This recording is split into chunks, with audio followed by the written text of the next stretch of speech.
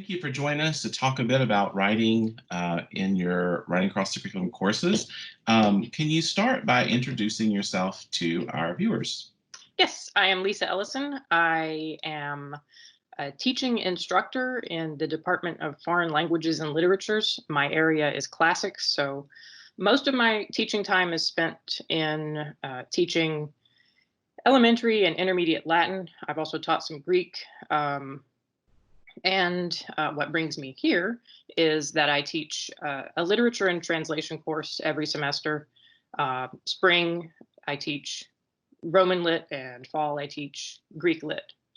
And those are very big, sort of general classes, 2,000 level, open to anyone in the university.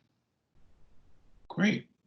The first question we wanted to ask you this week is, since we're thinking a lot about transfer and the importance transfer had when we were doing our QEP project, one kind of transfer that gets talked about in the research a lot is what's called hugging strategies, or moments when you're asking students to do something that's really close to the kind of performance you're expecting from them, um, in the context where it's applied. So whether that's professional or whether that's just in the discipline, trying to get them to do things that approximate what professionals do.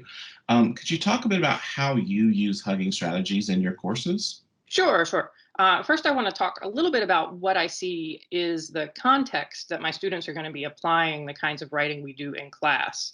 And that's really, because of the nature of this class, which is, like I said, it's the entire university. It's a 2,000 level class. So it would be inappropriate, I think, for me to do the sorts of things that the upper level classics writing classes would do, preparing students for the kind of writing they'll be doing in graduate school. So really what I see as the context is that, I'm preparing students for largely recreational, the time off work, how they consume information, and entertainment for pleasure. So not really a professional kind of context that I'm envisioning here.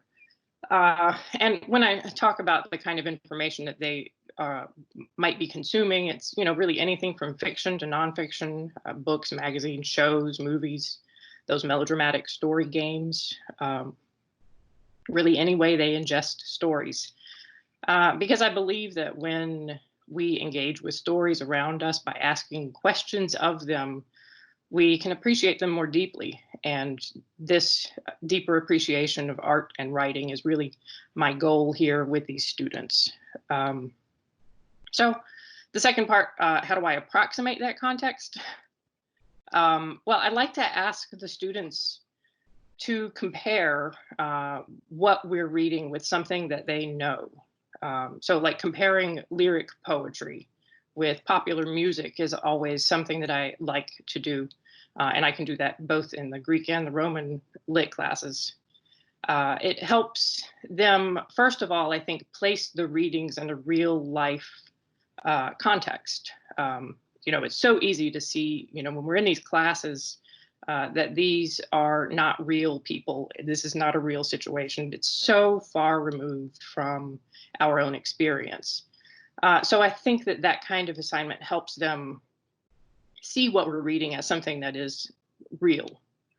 And, the Greeks weren't, and the Romans weren't listening to their music by streaming them on their Bluetooth earbuds, but it still, I think, gives the students some sort of touchstone for what the experience is that the lyric poetry came out of. So those sorts of comparisons, to try to bring to life the text that we're reading is one way. And then one way that I like to assign those comparisons is to give them the audience of their peers. Specifically, I say, write this for your roommate or your sister or a friend, because I think that brings the connection a little bit closer for them of, experiencing literature or music in sort of an analytical context, but one that's casual and comfortable.